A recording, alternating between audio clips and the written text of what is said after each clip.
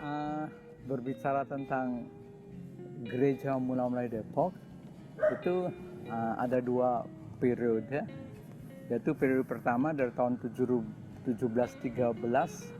sampai dengan 1815. Nah itu di 1713 itu Depok ini masih dikuasai adalah milik dari Koloni Sutherland. Tanah Depok adalah milik dari Koloni Sutherland, di mana pada waktu itu dia membawa sekitar 120 sampai 150 budak-budaknya yang dia beli di Bali itu untuk dipekerjakan di tanah Depok ini untuk mengelola tanah Depok yang dulu belum dikelola secara ekonomi, ya. Nah jadi dia mendatangkan budak-budaknya itu yang ahli di bidang pertanian, ya. Nah, sehingga mereka mengelola tanah Depok. Tanah Depok menghasilkan hasil-hasil pertanian yang bisa dijual, ya. Terutama dibeli oleh VOC karena Sutherland itu adalah seorang petinggi VOC. Tapi kemudian ketika dia beli tanah Depok ini, dia berhenti karena VOC tindak tanduknya tidak sesuai dengan iman, ya, yang dia anut Sutherland sebagai seorang Protestan. Nah itu tahun 1713 Sutherland mendirikan gereja cikal bakal dari gereja Immanuel, GPIB Immanuel pada waktu itu, dan dia memerintahkan kepada Baprima Lukas, ya, adalah salah satu dari antara budaknya yang pandai, yang bisa baca tulis, ya. Nah, dia diperintahkan untuk memberikan pengajaran iman Kristiani, ya, kepada budak-budaknya. Nah di situ jadi setiap sore, ya, misalnya seperti jam seperti ini, para budak-budak itu, ya, datang ke gereja yang masih dari kayu, ya, masih dari kayu, ya, lantainya masih tanah. Mereka diajarkan baca tulis dan juga Injil. Nah tentunya media untuk bisa belajar membaca pada itu yang paling mudah diperoleh adalah namanya Bible. Dalam bahasa Belanda namanya Bible, ya. Maka diajarkan itu, kemudian mereka bisa membaca. Tentunya mereka bisa membaca dalam bahasa Belanda, ya. Jadi orang-orang budak-budak Sutherland itu fasih berbahasa Belanda. Mereka diajarkan pengakuan iman rasuli, diajarkan 10 perintah Allah, ya, the Ten Commandments itu, dan banyak lagi ajar itu. Kemudian setelah Baprima Lukas ada Patimukai, ya, menjadi pimpinan kerohanian di masyarakat Sutherland pada waktu itu, para budak-budak, sampai dengan 1815. Masa itu 1713 sampai 1815 itu masa namanya gereja Masehi, ya, gereja Masehi. Oleh karena itu kalau kita ke gereja GPI Immanuel itu ada prasasti, itu peringatan tentang Sutherland. Di situ kalimatnya peringatan kepada Tuan Perusah Gereja Jemaat Masehi. Nah itu masa itu 1713 sampai 1815 itu Jemaat Masehi. Nah kemudian di 1815 itu sampai dengan 1953 itu masa Protestan sekerek gereja Protestan. Nah di masa gereja Protestan itu kemudian sudah ada pendeta-pendeta yang ditugaskan untuk melayani di Depok sini, ya. Jadi misalnya yang terkenal pendeta Van der Schuur, kemudian juga De Graaf, ya. De Graaf itu yang mendirikan rumah sakit PGI Cikini, ya. Jadi itu ketika Indonesia merdeka, kita masuk ke tahap yang ketiga, periode yang ketiga, yaitu era di Gereja Protestan Indonesia bagian Barat. Nah, pada masa itu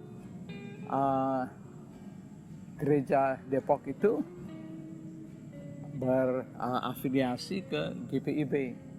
Nah, 1953 sampai sekarang, nah, gereja yang tertua di Depok itu dilayani oleh GPIB. Bahkan kepemilikan gereja itu sendiri oleh kaum Depok diserahkan kepada GPIB. Nah, jadi ada 3 tahap itu.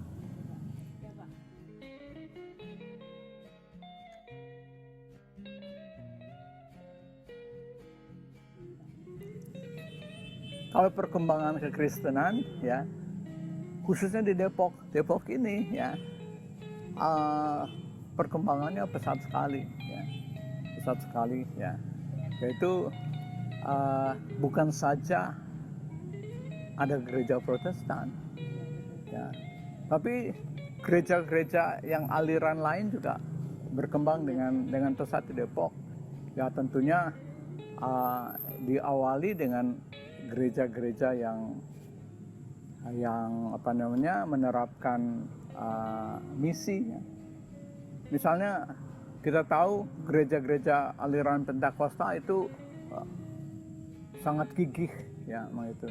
Jadi ada gereja Pentakosta yang pertama itu sekarang ada di Jalan Melati, ya, itu GPDI. Kemudian juga Gereja Katolik itu juga hadir di Depok, tapi mereka masuknya sekitar tahun 60-an, sekitar 60 sampai 70, ya. Lalu ada Gereja Pasundan di Jalan Stasiun. Gereja Pasundan itu kan gereja Protestan tapi kedaerahan, Sunda, bahasa Sunda. Nah, mereka menempati dulu yang namanya Seminari Injil Depok. Seminari Injil Depok dalam perkembangannya itu sekarang menjadi Sekolah Tinggi Teologi Jakarta. Sekarang namanya Sekolah Tinggi Teologi dan Filsafat Jakarta di Jalan Proklamasi.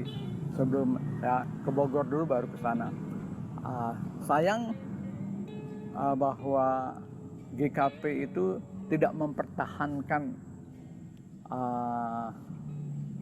bentuk fisik gerejanya. Mereka sudah rubah sehingga gereja misi di sana wujudnya sudah nggak ada lagi.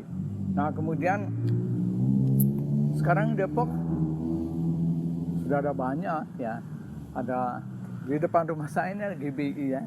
Sekarang gereja GBI Kamboja menjadi gereja yang jemaat terbesar di Kota Depok, ya. GBI. Lalu ada gereja kesukuan demikian banyak. Ada HKI, ada HKBP juga banyak tersebar, ya. Nah, jadi kemudian dengan gereja karismatik, ya, ada di Depok. Bahkan, ya, di Depok sekarang udah ada Kerajaan Yehuwa. Nah, Kerajaan Yehuwa itu saksi Yehova. Jadi lengkaplah gereja-gereja di Kota Depok, ya. Perkembangan itu sebenarnya juga sesuai dengan keinginan almarhum Cornelius Sastelen, di mana kalau saya terjemahkan dalam bahasa Indonesia, dia mengatakan bahwa keinginannya adalah supaya di Depok ini akan bertumbuh masyarakat Kristen yang sejahtera. Nah, jadi dia nggak bilang Protestan loh, nggak bilang Katolik, nggak bilang Kristen. Nah, jadi Kristen itu masing-masing udah berbagai denominasi. Nah, sampai di situ keinginan Sastren itu terpenuhi di Depok ini.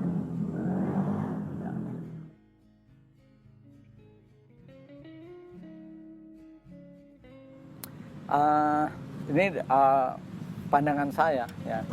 Pandangan saya itu bahwa ada bersifat ya ada politis ya dalam hal ini, terutama dalam mengekang penyebaran Injil. Sistem seperti ini merupakan adopsi dari apa yang terjadi di Turki. Ya. Kita tahu Turki sebelum Ottoman menyerbu Turki itu adalah wilayah kekristenan. Tapi ketika pada waktu orang Kristen sana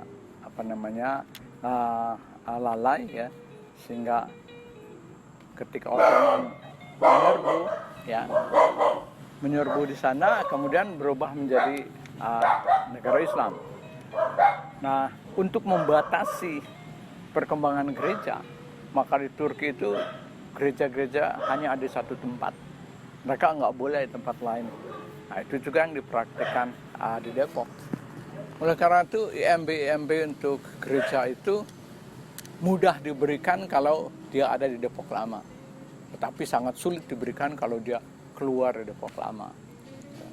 Nah, tapi puji Tuhan, sekarang ini sudah ada perjuangan ya, di mana sudah ada gereja-gereja yang bisa didirikan di luar Depok Lama.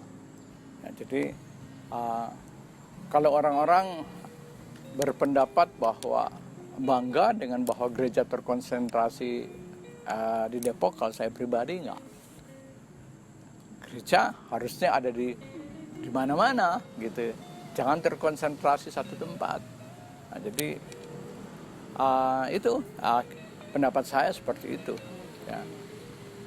Secara politis ingin membatasi ya perkembangan Injil wilayah Depok ini, terutama juga perkembangan gereja ya. Kalau gereja ada di berbagai tempat kan berarti Injil tersebar.